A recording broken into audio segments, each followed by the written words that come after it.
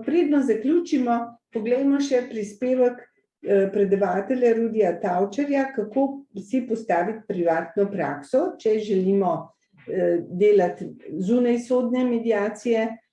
Rudi Tavčar je psiholog, psihoterapevt, ki dela že dolga leta tudi v mediaciji in je tudi dolga leta trener. Ima svojo privatno prakso v drugih zadevah, ko poučuje ljudi v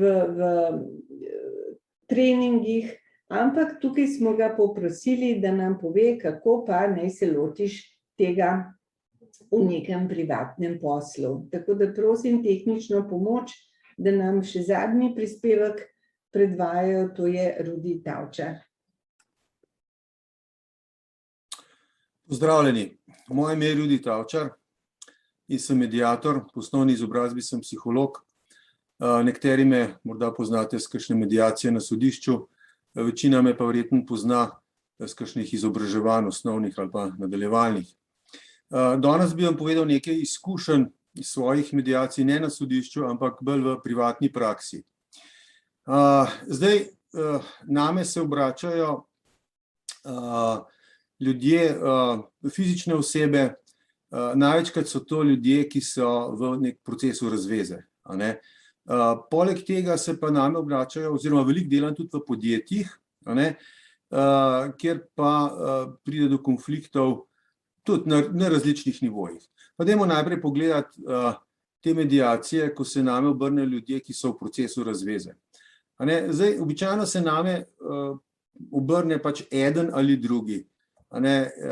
In moja izkušnja je, da je nekje najbolj pametno in smiselno, da se s tem človekom, ki želi razvezo rešiti po mirni poti, še pred sodiščem, še preden gresta z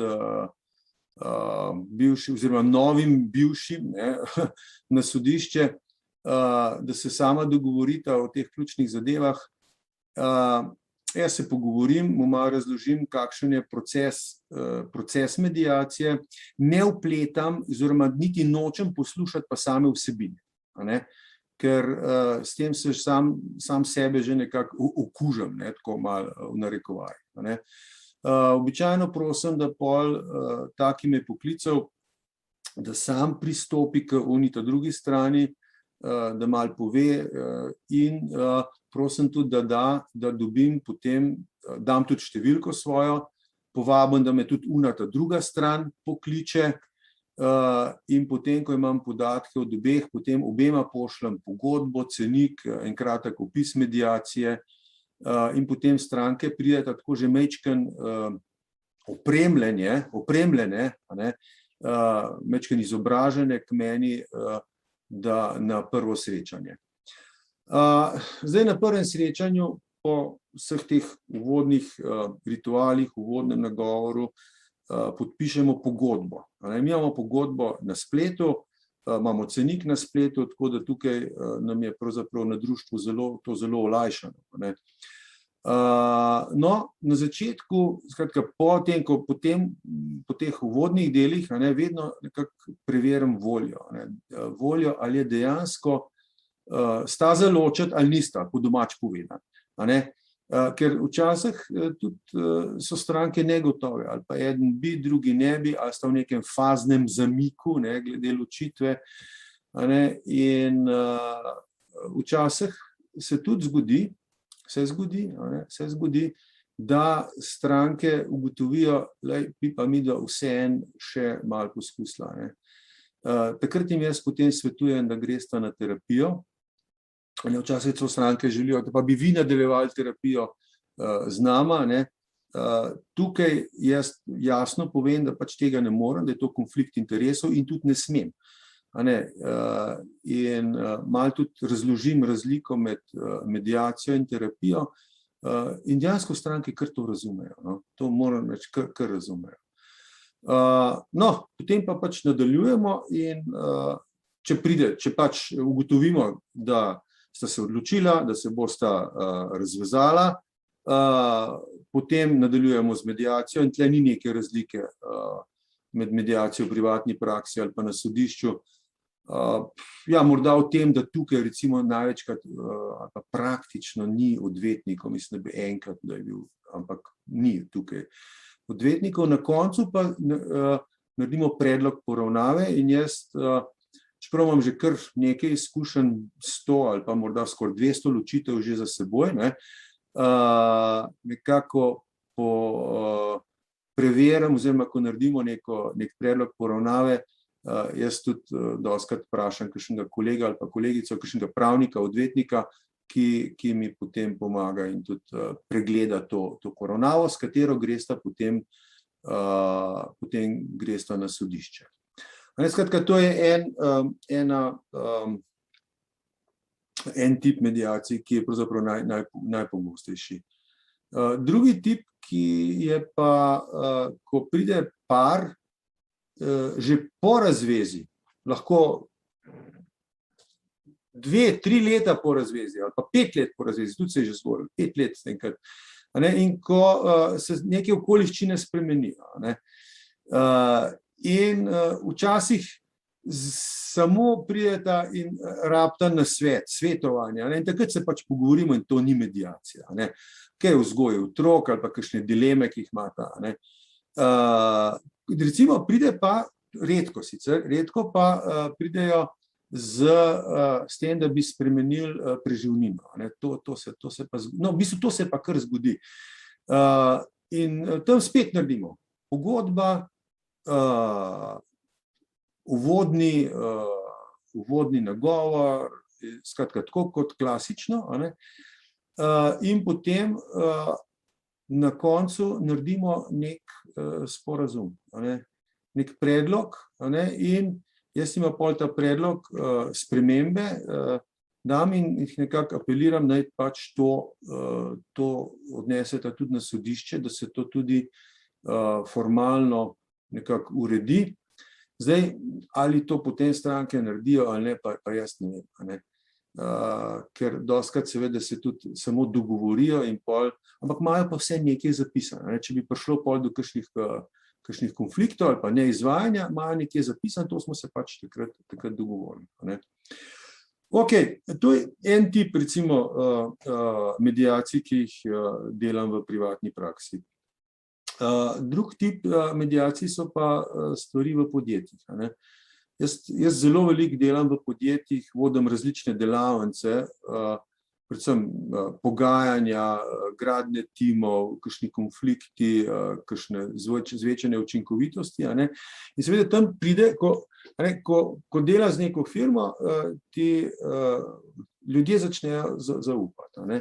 In včasih pride do tega, da potem izpostavijo kakšne konflikte, ki se zgodijo ali med vodjem in zaposlenim, ali med vodjem in celim timom.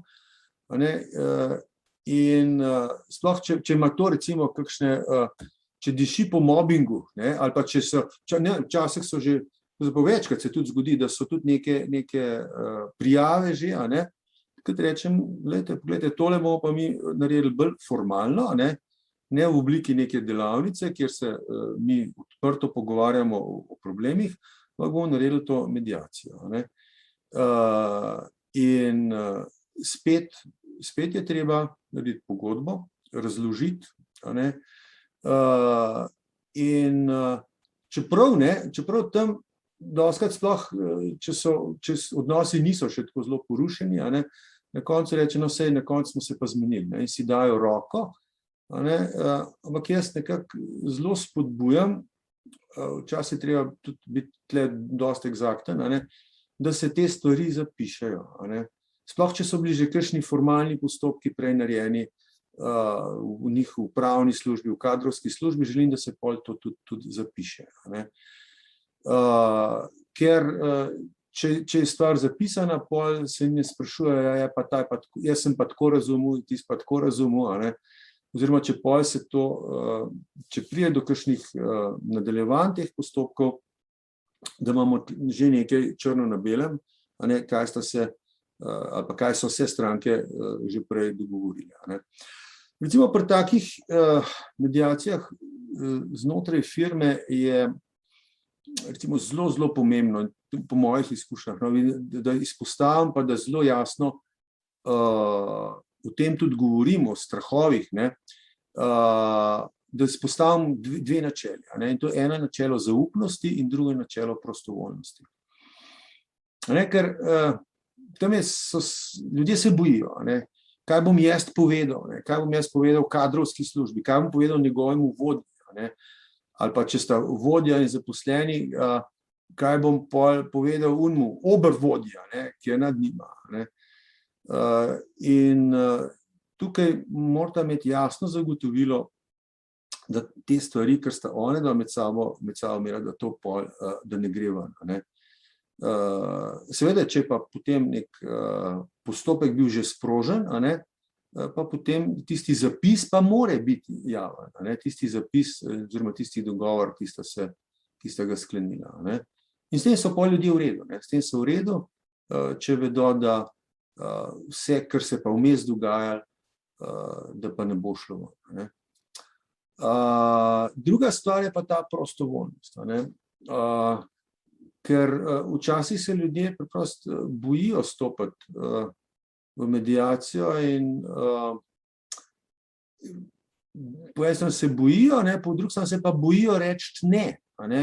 Ker če bojo rekli ne, ne, je na nek način to za njih pomeni, da pa noče sodelovati pri reševanju tistega konflikta ali pa problema in je s tem pol nekako bi lahko bil v očeh vodja, ne, degradiran. Ne. Tako da tukaj je pa treba včasih več pogovora, preden sploh stopimo v mediacijo. Ne. In včasih pač ljudje rečejo ja, včasih pa rečejo ne. In tudi tako je ok. Ne. Tako, to je morda malo izkušenj na kratko o teh mediacijah, ki se ne dogajajo na sodišču. Vas pa spodbujam, ne, da se lotite mediacij tudi zunaj sodišča, ne. Povezavi s kakšnimi kolegi, s kakšno odvetniško pisarno, ali pa tudi tisti, ki delate v kakšnih podjetjih, ne, vas spodbujam, da začnete, ne. Obenem vas pa tudi zelo spodbujam, ne, da se držite teh načel, ki smo se jih učili. Ne, ker struktura da neko varnost, ne, tudi v mediaciji. Hvala lepa in lep dan še naprej. Evo, super, krasno in tudi hvala Rudiju Tavčarju za te misli in izkušnje. Ne. In zlasti sem slišala to razliko, ne, med svetovanjem psihološkim in mediacijo. Ne. Mediacija ni psihološko svetovanje, tako kot je že Nataša poudarila, na CSD-jih ne smemo mešati teh dveh stvari in je mediacija in strukturiran postopek z določenimi pravili, tako da se bomo tega tudi držali naprej.